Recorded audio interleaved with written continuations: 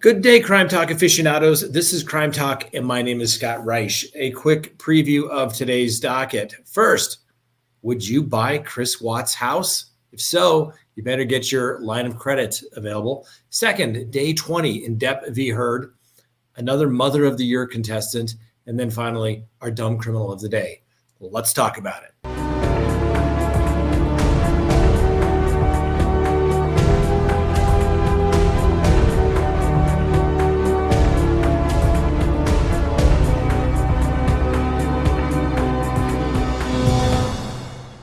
All right, aficionados, you know the drill. Subscribe if you have not. Like the video if you do. Leave me a comment below specifically about, Chris Watts today. And remember, hit that bell so you receive notifications of when we go live or put up new content. And always remember, you can listen to us anytime, not just watching us here on Facebook by simply downloading the CrimeTalk app or the podcast on any of your favorite podcasting apps. All right, before we get to the docket, please support those that support the channel. Like many Americans, we got a dog during the pandemic. My quarantine dog, Miss Winnie the Bulldog. Now, Miss Winnie has grown accustomed to being around us all the time. When we were leaving the house, Winnie would have extreme anxiety, so we decided to look for natural products to help with her anxiety. We looked for the highest quality CBD treats, and we were not satisfied, and neither was Winnie. So we created a high-quality CBD product that absorbs faster and provides the required results faster. Baked in Colorado CBD treats and beverage enhancers are made with nanotechnology. The nanotechnology makes the CBD extraction more pure, also allows for Baked in Colorado products to work faster. Baked in Colorado products can help reduce your pet's anxiety, ease joint pain, and help with your dog's skin problems. Go to our online store and see what Baked in Colorado product is best for your dog. When you order at bakedincolorado.com, enter code WINNIE and receive 15% off your first order. We have a 30-day money-back guarantee. If your dog does not experience the desired results in 30 days, return the product and we will refund your money. No questions asked. All right, today is Monday, May 23rd, 2022. Let's go ahead and open the docket. The first case on the docket is the Watts house. That's right, the home of Chris Watts and Shanann Watts, where Chris Watts strangled his pregnant wife, Shanann, to death and then killed his two young daughters. Well, that house is being listed for sale kind of secretly, and they're asking for bids of $660,000. The 5-bedroom, 4-bath home in Frederick, Colorado was originally listed under a fake address, and the agent notes that there will be limited showings of the home to buyers with funding commitment letters for the full asking price. As you may remember, like I said, Watts strangled his wife, Shanann, who was 15 weeks pregnant with their son inside the home on August 13th of 2018. He later smothered their daughters, Bella 4, Celeste 3, and the Watts home was foreclosed upon because obviously Chris Watts spent the rest of his life in prison, will never get out and defaulted on the mortgage. Now, the listing photos show that not much has been changed in the property since the Watts family lived there and passed away there. Well, the Watts and his wife bought the home for just shy of $400,000 in 2013. And the property was listed in auction in 2019 after the homicides, but not surprisingly, no one bid on the property. Now, at the time of the homicides, Watts was having an affair with a work colleague. At one point, he alleged he wouldn't have killed his wife, Shanann, and their two girls if, he hadn't met his mistress. One of his fellow inmates, a guy by the name of David Carter, claimed that Watts told him that he killed Shanann because he didn't want to pay child support. He didn't want the son that they were expecting and feared that his wife would basically take him for everything in a divorce. Let me know. Would you live in that home knowing that a murder has taken place, specifically that of Shanann Watts? Let me know in the comments. Let me know if you think somebody should buy it, do something nice with the property. Next on the docket, day 20 of the Depp v. Heard defamation trial continued today with a doctor by the name of Dr. Richard Moore, an expert, an orthopedic surgeon who specializes in hand surgery. Now, Dr. Moore testified that in his 25 years as an orthopedic hand surgeon, he has operated on finger injuries like the one Mr. Depp received after the fight in Australia hundreds of times. Now, during the drink and drug-fueled argument in March of 2015, Depp's finger allegedly got sliced off. Depp claims that Miss Heard did it when she threw a bottle of vodka at him, but she claims that he smashed it with a phone.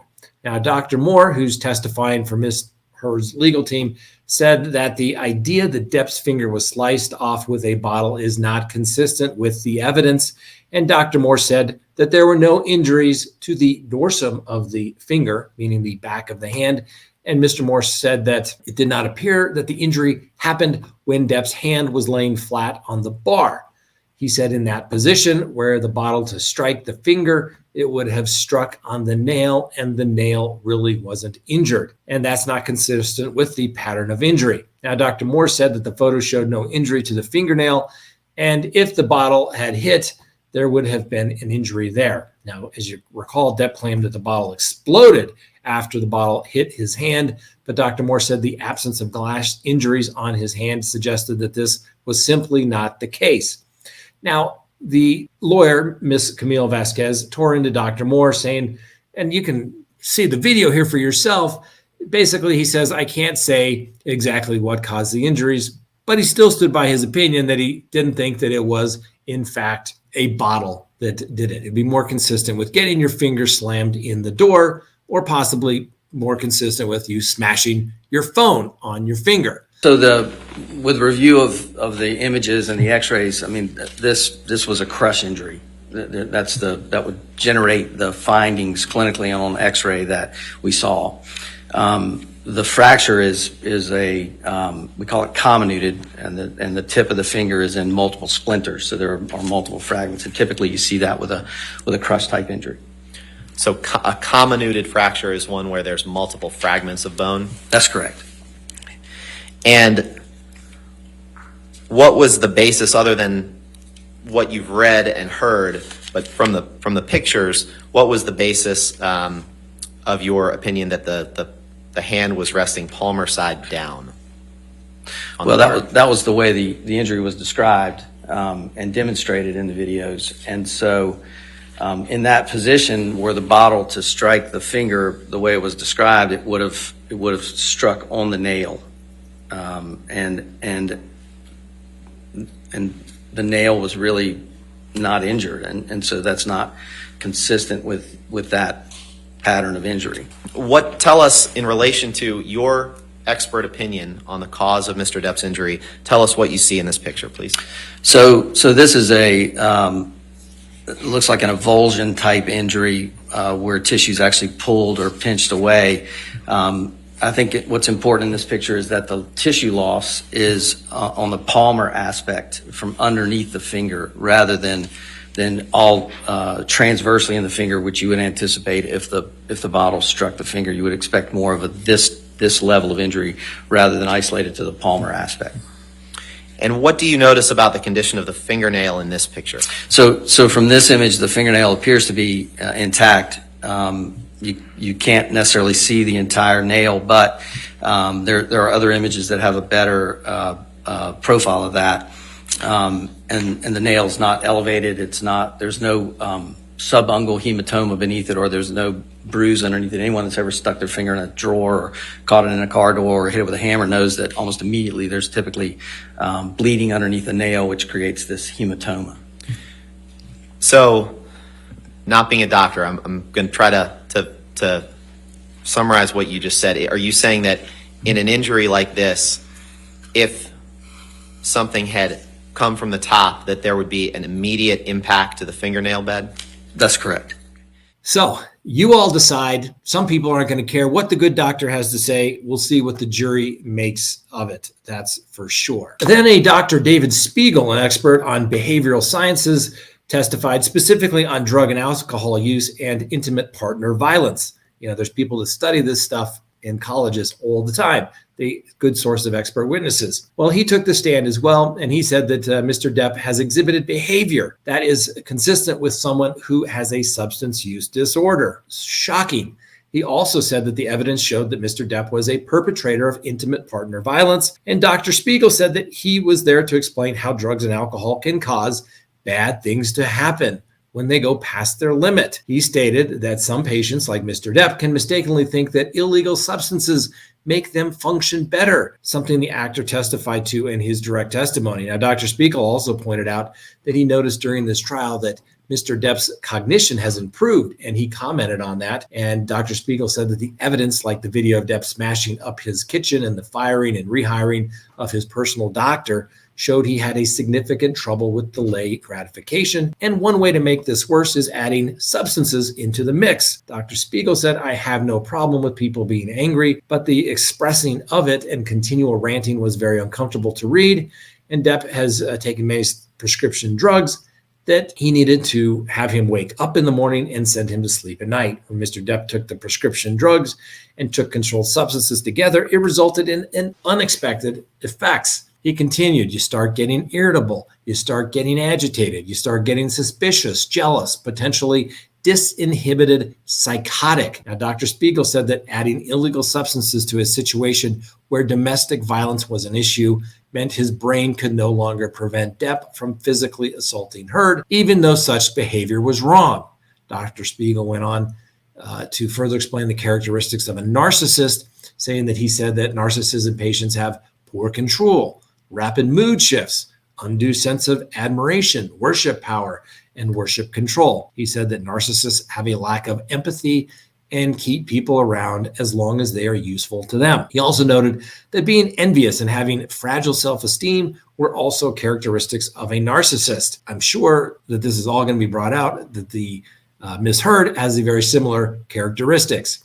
When asked if Mr. Depp was a narcissist, he said, I do think that the fact that he thought that Amber owed him and only wanted to be together with him because of his fame is an example of that situation. And he thinks that the jealousy is an example of that as well. This whole trial, in terms of a narcissistic insult, is what's going on. Additionally, Kate Moss is going to testify. Kate Moss was a previous girlfriend of Johnny Depp. It's been claimed that there was abuse there.